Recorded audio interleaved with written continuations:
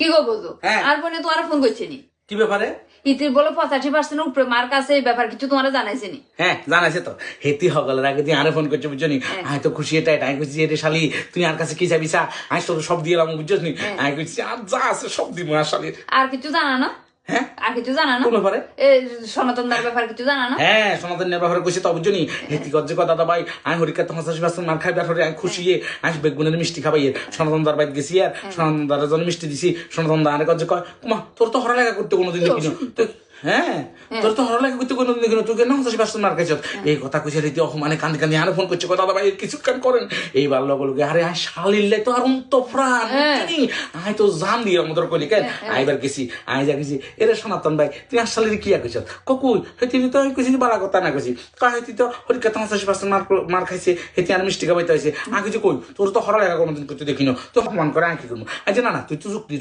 যুক্তিসঙ্গত কথা কইছ তুই তো যুক্তিবাদী হ্যাঁ কিন্তু তোরে কেন এক যুক্তি দেখাই কেন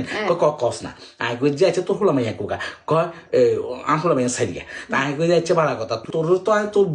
বললগে কোনোদিন কিছু করতে দেখিনো কিন্তু তোর হলাম ইয়া সাইডিয়া করতে নাইছি এই কথা কইছে তবে অংশবাদ জোগাড় আমি উচিত কথা কইছি না একদম উচিত কথা কইছ এতদিনে যা জামাই মতো